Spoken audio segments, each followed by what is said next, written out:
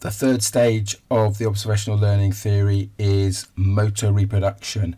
And as the name suggests, this is about encouraging your learners. Now, as the coach, you've given your demonstration, you've hopefully enabled them to have a mental image in their minds. You're now going to allow them to go off into the little areas of the sports hall, the gym, to practice, to actually physically carry out the movement. So that's the first point here. The learners physically do the movement, and with that, we as the coach will go around and we will look at each performance and we'll give them some feedback, we'll give them some motivation, we'll give them encouragement so that they want to continue to carry on. And again, a crucial part of the motor reproduction bit is that the learners must be physically and mentally able to carry out the movement, the demonstration that we have provided.